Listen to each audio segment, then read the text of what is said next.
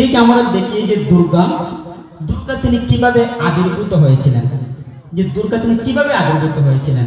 আমরা জানি যে দুর্গা দেবী তিনি কি করছেন, তিনি মহিষাসুরকে বধ করছেন, তিনি মহিষাসুরকে বধ করছেন এবং যুদ্ধ করছেন।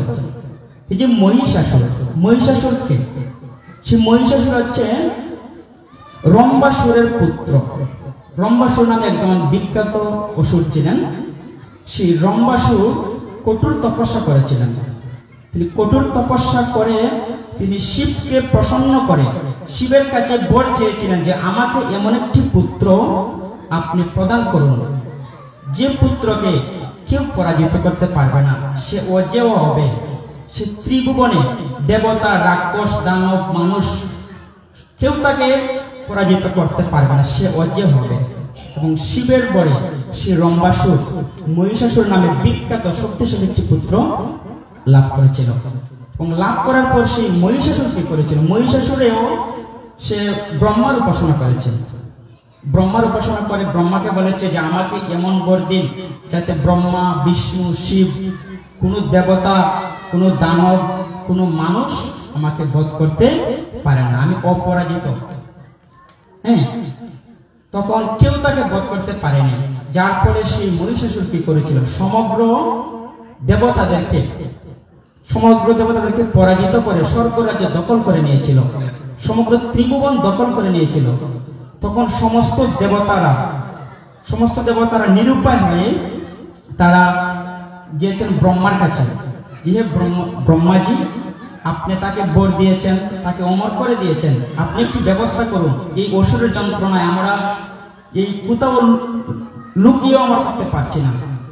তখন ব্রহ্মা সহ তারা শিবের কাছে গিয়েছেন।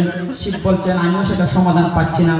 তখন সমস্ত দেবতারা শিব এবং ব্রহ্মা সবাই বিষ্ণুর কাছে গিয়েছেন, সেই ক্ষীরোদকশায়ী বিষ্ণুর কাছে। যখন বিষ্ণুর কাছে গিয়েছেন তখন সবাই বলছেন যে আমরা সেই মহিষাসুরের যন্ত্রণায় আমরা সেই পৃথিবীতে এই বিশ্ব ব্রহ্মাণ্ডে কোথাও আমরা স্থান পাচ্ছি না, আপনি আমাদেরকে রক্ষা করুন।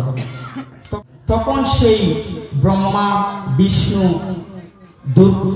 শিব এবং সমস্ত দেবতাদের, ইন্দ্র, চন্দ্র, বরুণ, সূর্যদেব, সমস্ত দেবতাদের ললাট থেকে একটি তেজপুঞ্জ আবিষ্কৃত হয়েছে, তেজপুঞ্জ বের হয়েছে। সেই তেজপুঞ্জ থেকে সেই দুর্গা দেবী আবির্ভূত হয়েছেন।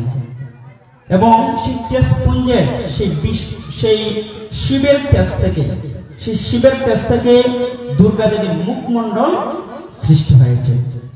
বিষ্ণুর তেজ থেকে সেই দুর্গা দেবীর 10টি বাহু সৃষ্টি হয়েছে। ইন্দ্রের তেজ থেকে দুর্গা দেবীর শরীরের মধ্যভাগ সৃষ্টি হয়েছে। যমের তেজে দুর্গা দেবীর কেশ সৃষ্টি হয়েছে। প্রজাপতির তেজে দুর্গা দেবীর দন্তপাটি সৃষ্টি হয়েছে। কুবেরের তেজে দুর্গা দেবীর নাসিকা সৃষ্টি হয়েছে। বাউর তেজে দুর্গা দেবীর কর্ণদ্বয় সৃষ্টি হয়েছে। অগ্নির তেজে দুর্গা দেবীর 3টি চোখ সৃষ্টি হয়েছে। ব্রহ্মার তেজে দুর্গা দেবীর 2টি পা সৃষ্টি হয়েছে। সূর্যের তেজে দুর্গা দেবীর পায়ের 10টি আঙ্গুল সৃষ্টি হয়েছে। অষ্টবসুর তেজে দুর্গা দেবীর হাতের আঙ্গুলগুলি সৃষ্টি হয়েছে। এভাবে সমস্ত দেবতাদের তেজপুঞ্জ থেকে সেই নারীরূপী দুর্গা দেবী সেই হিমালয়ের কাত্যায়ন ঋষির আশ্রমে তিনি আবির্ভূত হয়েছেন। জয় জয় দুর্গা মা কি।